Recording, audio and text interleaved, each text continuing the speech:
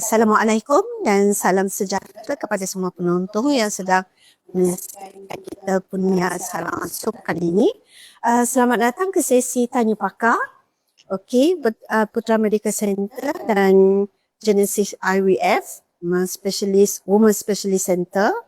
Terima kasih kedua bakal bersama kami pada tengah hari ini. Saya Najwa Asri Yusof selaku mengendalikan perkongsian kita pada hari ini. Okey, topik yang kita bincangkan hari ini adalah rawatan kesuburan IVF dan atau IVF. Okey.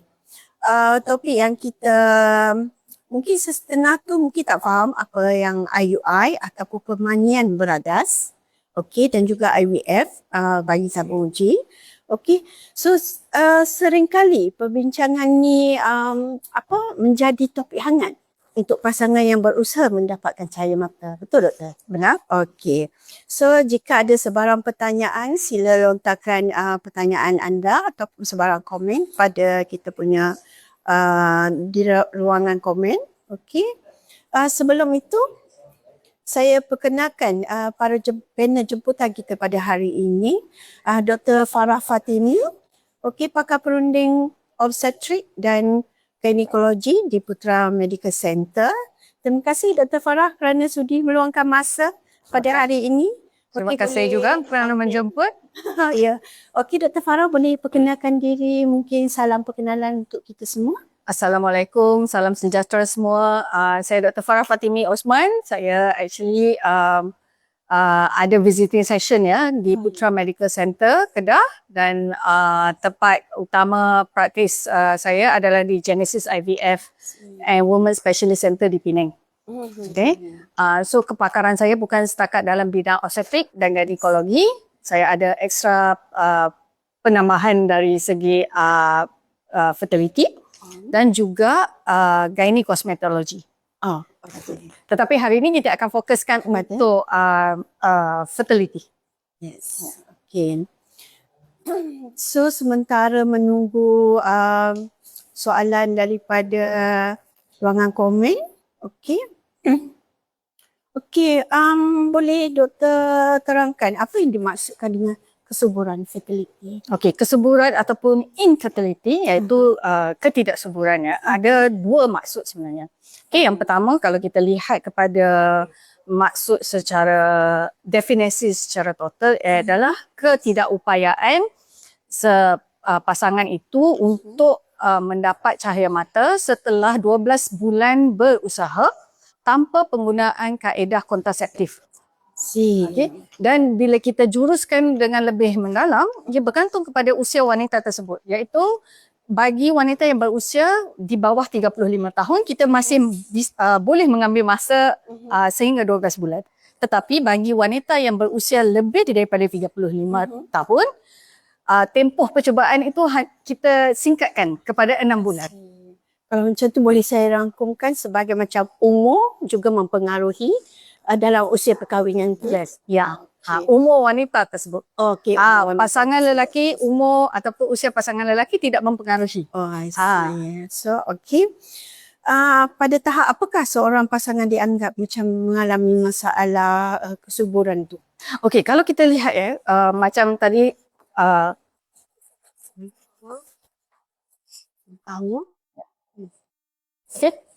macam saya terangkan tadi definisinya, kalau kita ikut betul-betul textbook is 12 bulan untuk 35 tahun ke bawah dan 6 bulan bagi 35 tahun ke atas. Right. Tetapi kalau kita mungkin ramai yang pernah mendengar istilah subfertility, yang mana pasangan itu mengambil sedikit masa.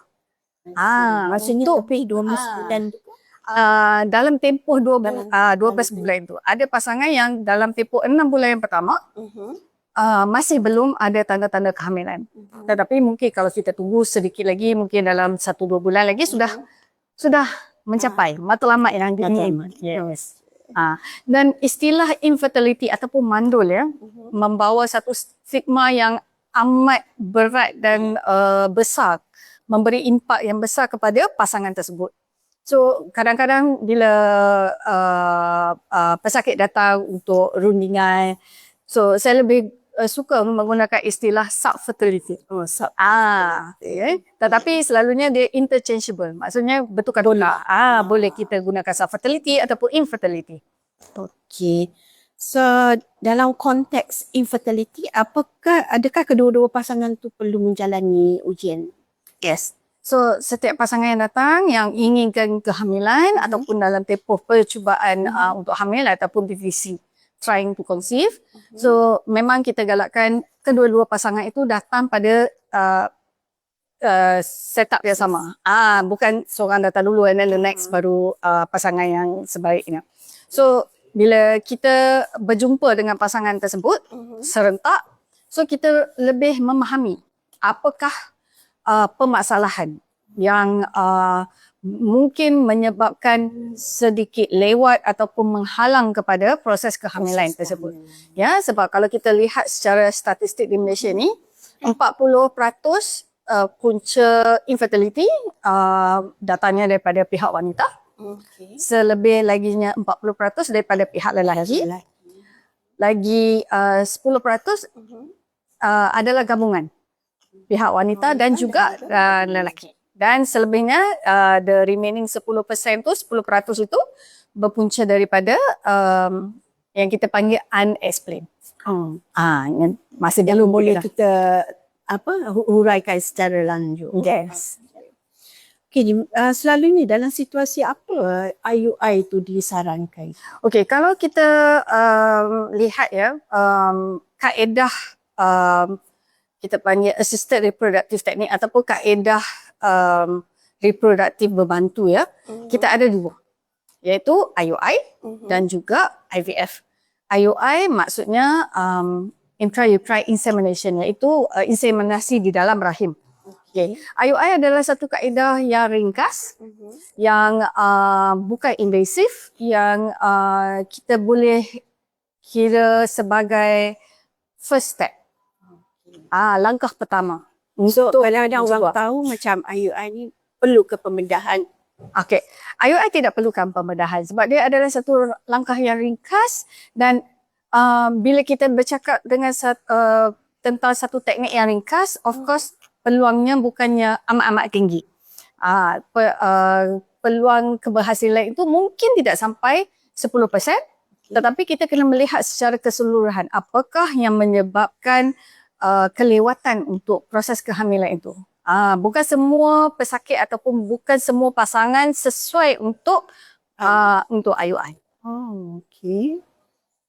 Okey. Pilihan yang lebih sesuai selain daripada IUI, mungkin kita ada nak start pilihan lain. Kalau doktor boleh terang. Okay. So kalau of course yang pilihan yang selanjutnya adalah IVF ataupun bayi tabung uji ya. So IVF ini satu teknologi yang sangat advance. Okay. Tetapi memerlukan lebih sedikit masa untuk completekan the cycle lah. Dan tindakannya bertahapan. Maksudnya ada tahap. Yes, tahap-tahap tertentu. Dan orang pernah mengatakan, IVF ini mungkin adalah the last resort ataupun pilihan terakhir. Tetapi kalau kita lihat secara menyeluruh, sebenarnya dia mungkin itu adalah pilihan yang pertama, pilihan yang tepat ataupun pilihan yang lebih memberi jaminan untuk mendapat keberhasilan tersebut. Macam doktor cakap tadi cycle. So berapa cycle kalau dalam IVF? Okey. Kalau kita lihat secara pecahannya, apakah langkah-langkah untuk IVF? Kita mulakan dengan satu stimulasi. Okey, itu tahap yang pertama, iaitu stimulasi kepada ovary untuk menghasilkan dan mengeluarkan lebih banyak sel telur. Dan ketika itu kita akan lihat, kita akan pantau progres ataupun perkembangan bagaimana wanita tersebut respon ataupun respon kepada suntikan lah. Okay. Dalam tempoh stimulasi ini kita akan beri suntikan hormon yang minimal kemungkinan diperlukan mungkin 9 hari suntikan. Tetapi bergantung kepada reaksi dan juga respon kepada suntikan, ada setengah yang mungkin memerlukan sehingga 14 hari. Oh, maksudnya antara 9 hingga 14 hari. Yes. So, Bergantung kepada individu lah. ya, bergantung kepada individu, dan ketika kita melakukan pantauan, kita akan lihat, doktor akan melakukan scan secara vagina, dan kita akan lihat satu, jumlah sel telur yang folikel yang berkembang, saiz yang telah berkembang. So, jikalau semua itu telah memenuhi syarat ataupun matlamat kita, dan kita akan bagi satu trigger shot. Ya, trigger shot itu untuk mematangkan sel telur, dan selepas itu kita akan jadualkan untuk pengambilan sel telur. Itu tahap yang pertama. Dan seterusnya tahap yang kedua, selepas ketika pengambilan sel telur, kita perlu ada sperma lah. Okay, so suami akan berikan spermanya, sampel sperma. Kedua-dua itu akan diproses. Okay, bila kita proses, kita akan satukan. Fertilisasi tetapi di makmal. Sebab itu nama bayi tabung uji. Sebab dia dilakukan di luar, di makmal. Bukannya di dalam rahim wanita tersebut. So, setelah kita berjaya mendapatkan fertilisasi, kita akan tunggu perkembangan embrio tersebut sehingga hari ke-5 ataupun ke-6 untuk dibekukan. So, selesai sudah proses. Yes. Dan selepas dibekukan, baru kita akan jadualkan untuk proses penanaman embrio tersebut. Okay, so harap penonton yang mana bersama-sama kita tengah hari ini boleh dapat knowledge ya sedikit sebanyak berkenaan dengan IVF. Okey, ada soalan ya daripada penonton kita. Doktor, adakah stres beri kesan kepada peluang untuk hamil? Okey, saya rasa soalan Soalan cepu mas ya. Ya. Soalan cepu mas. Ya, ini memang kita tahu perjalanan untuk proses kehamilan itu berbeza bagi setiap pasangan. Ya. Stres memang mempengaruhi cara kita go through proses tersebut. Okay, bukannya maksudnya kita ada stres, kita akan gagal. Tetapi dengan adanya stres itu akan mungkin memberi satu impak ataupun halangan masuk go through the proses. Sama ada IUI ataupun IVF. Of course kita tahu untuk IVF itu lebih sedikit stresnya. Sebab itu sokongan daripada pasangan, sokongan daripada ahli keluarga, teman-teman, sahabat baik adalah penting sebenarnya. Ya. So minta penonton yang berada di luar sana, para suami tolong beri sokongan lah gimana juga keluarga, bukan saja pasangan sebenarnya, pasangan mami. Kita juga harus memahami untuk ni. Okey, ada lagi soalan untuk doktor. Sakit tak doktor untuk proses IVF? Doktor rasa sebenarnya tak sakit proses tu ya. Kalau kita lihat tahap yang pertama iaitu suntikan. Okey. Suntikan kita memang ada beberapa jenis suntikan, dan suntikan itu datang dalam bentuk pen. Ya, dan jarumnya sekarang memang sudah kecil lah. Okey. Dan kaum wanita kena ingat suntikan itu mungkin maksimum 14 hari 2 minggu. Sekejap saja. Okey. So sakit tu mungkin rasa ketika mau kita suntik lah. Tetapi selepas itu rasanya efek tu sudah akan hilang. The next step is ketika kita ambil sel telur. Tetapi itu proses itu kita lakukan dalam keadaan dibius. Ataupun diberi sedation. So masih tidak ada rasa sakit. So mungkin suntikan tu kesakitan yang mungkin kecil sajalah. Kecil sahaja. Selepas tu mungkin prosedur tu dibius. Yes. Doktor, so rasa kurangkanlah kesakitan yang sewaktu proses ni. Okey. Okey, berkenaan berapa lama tempoh keseluruhan untuk IVF? Okey. Kalau secara keseluruhan kita akan bahagikan ikut fasa.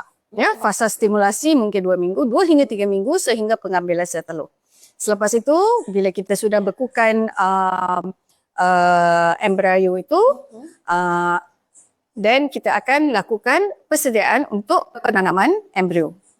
Dalam tempoh itu kita mungkin perlu dalam istilah mungkin berehat dalam tempoh 2 bulan lah. 2 bulan. Okay, so secara keseluruhannya daripada stimulasi hingga ke penanaman embrio mungkin mengambil masa lebih kurang 3 bulan. So dalam masa 3 bulan lah. Semua daripada first sampai ke akhir penanaman. Okey. Okey, ada lagi doktor? Ya. Okey. Okey, ucapan terima kasih daripada penonton. Dan juga apakah prosedur keseluruhan rawatan IVF ni, maksudnya berbanding dengan IUI, mana yang lebih singkat? Okey. Proses. Kalau kita lihat tahap kerumitan, kita tahu bayi tabung ataupun IVF ini memang ada bertahapan ya, ada tahapnya. So lebih ringkas of course IUI. So IUI persediaannya sangat minimal, yang mana kita akan mulakan dengan stimulasi ketika haid. Selepas itu sama juga pantauan untuk melihat hasil tindakan ataupun respon kepada ubatan, dan selepas itu ketika waktu subur dan kita akan teruskan dengan IUI. Dan selepas itu dalam tempoh 2 minggu kita dah boleh periksa hasil sama ada IUI ataupun IVF selepas penanaman 2 minggu selepas prosedur. Ya, adakah rawatan dua-dua ni melibatkan hormon? Ya, melibatkan hormon. Okay. Cuma untuk IUI kita berikan ubatan, sebaliknya untuk IVF kita berikan suntikan hormon.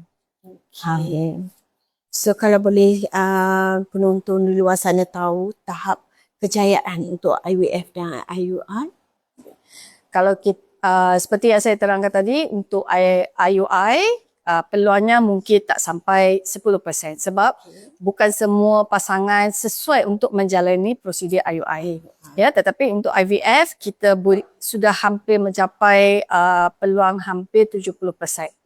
70%, tetapi itu ada beberapa faktor yang masih mempengaruhi. Yang utamanya kalau kita lihat is umur wanita tersebut. Ya, lagi tinggi usia wanita tersebut, lagi peluangnya mungkin akan berkurangan sedikit.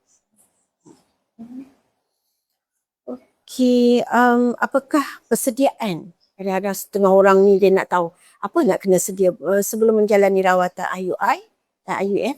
Okey. Setiap pasangan yang ingin menjalani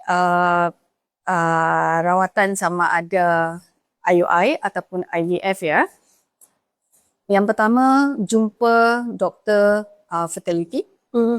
Dapatkan perbincangan yang lebih teliti dan menyeluruh untuk pertama mengenal pasti apakah punca yang mungkin melambatkan sedikit proses ataupun punca yang menyebabkan ketidaksuburan sama ada dari pasangan wanita ataupun lelaki tersebut. Yang kedua, berbincang apakah matlamat utama.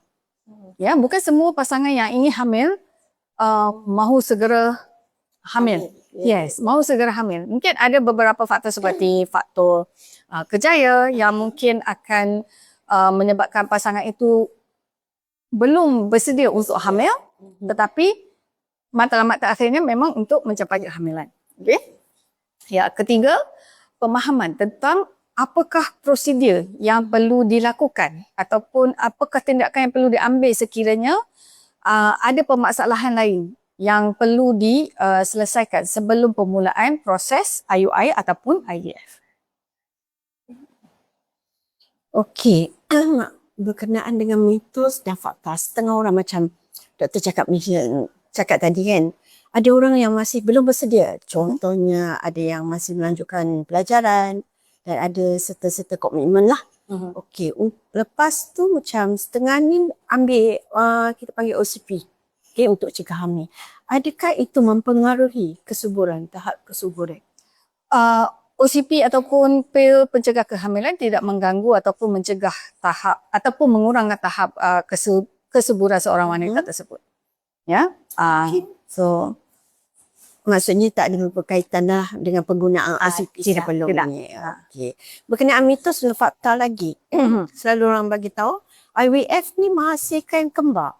Selalu kembar 2, kembar 3. So apa penjelasan doktor? So kalau kita lihat ya, sebenarnya setiap kali kita transfer, kita memang akan transfer hanya satu embrio.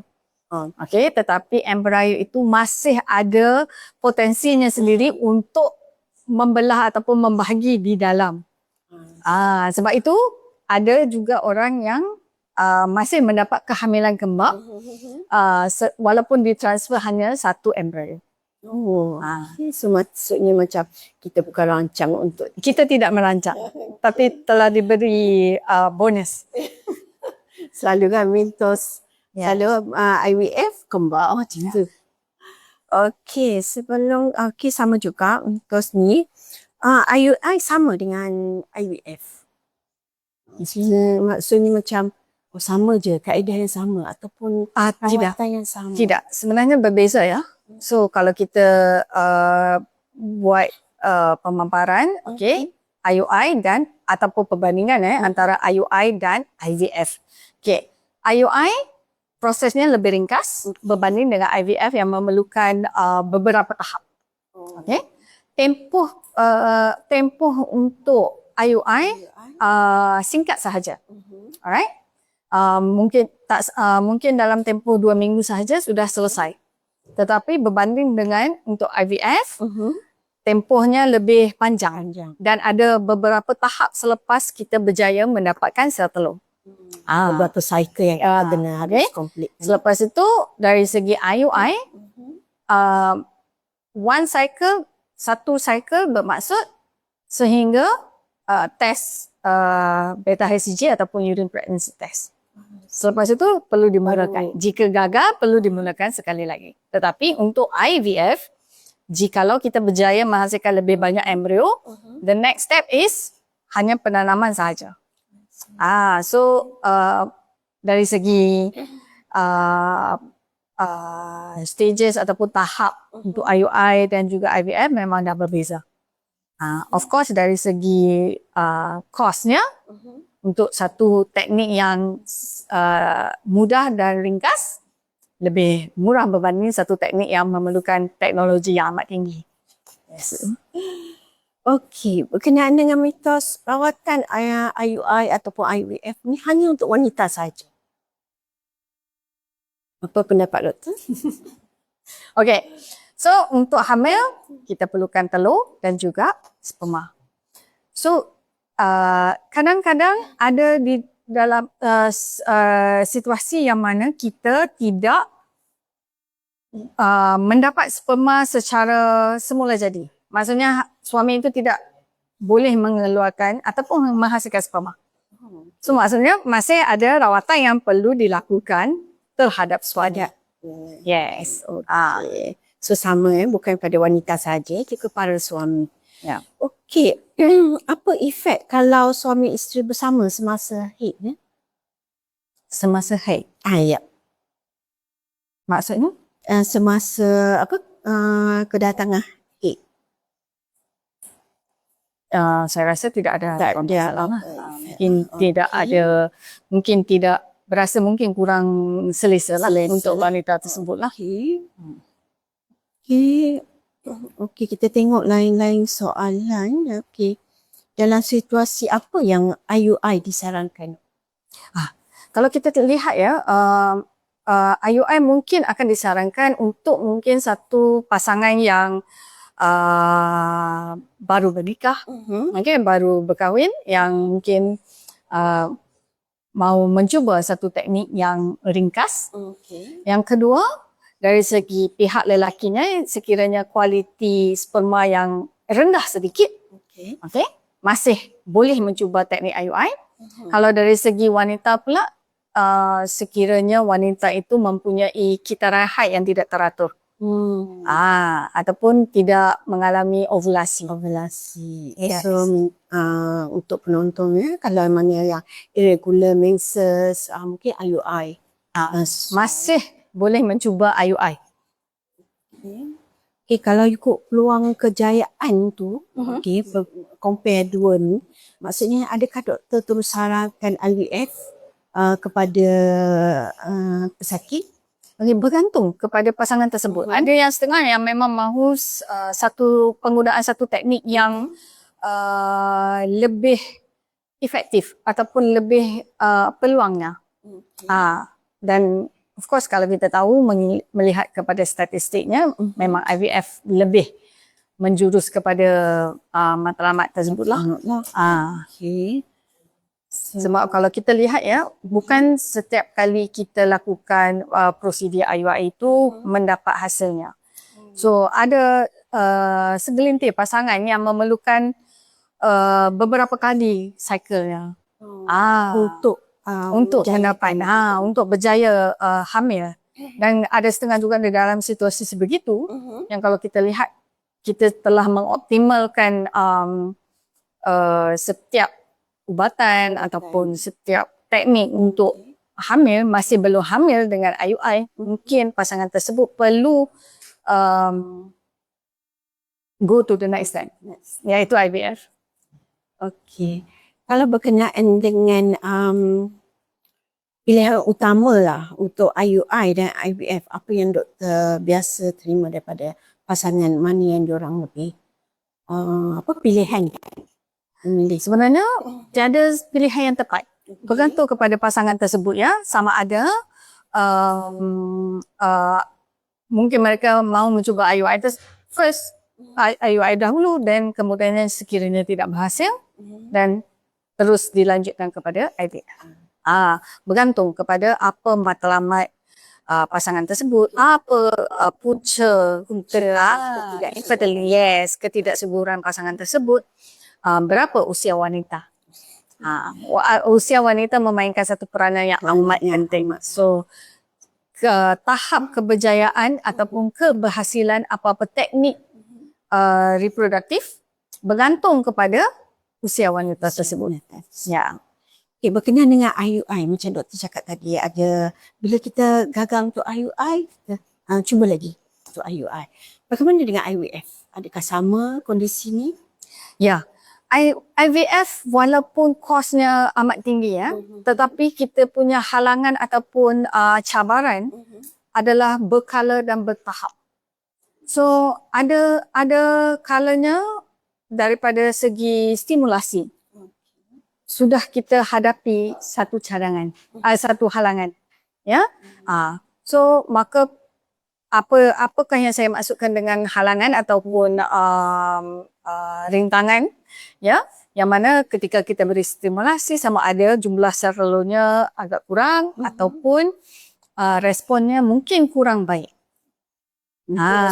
Yes. So kadang-kadang kita perlu jalani sekali lagi prosedur tersebut.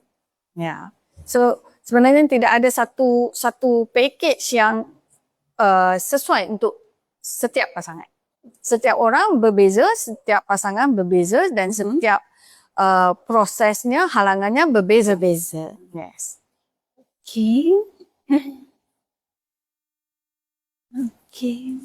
Ujian asas kalau boleh tahu untuk macam mana kita nak proses melalui kaedah yang IVF ni, apakah ujian asas? Okey. Setiap pasangan yang datang untuk mendapatkan rawatan kesuburan ataupun maklumat ya ataupun informasi tentang kesuburan, untuk pasangan lelaki ujian utama is analisa sperma. Okay. Dan bergantung kepada hasilnya mungkin ada lagi tes yang ataupun ujian yang perlu kita lakukan bergantung kepada hasil analisa sperma. Okay. Tetapi untuk wanita ada beberapa tes yang kita perlu lakukan. Jadi wanita a bit rumit sikit. Banyak sikit. So yang utama ultrasound. Ultrasound kita akan lihat kepada struktur rahim dan juga ovari. So bila kita lihat kepada ovari, kita akan lihat berapa cadangan sel telur yang ada. Okay.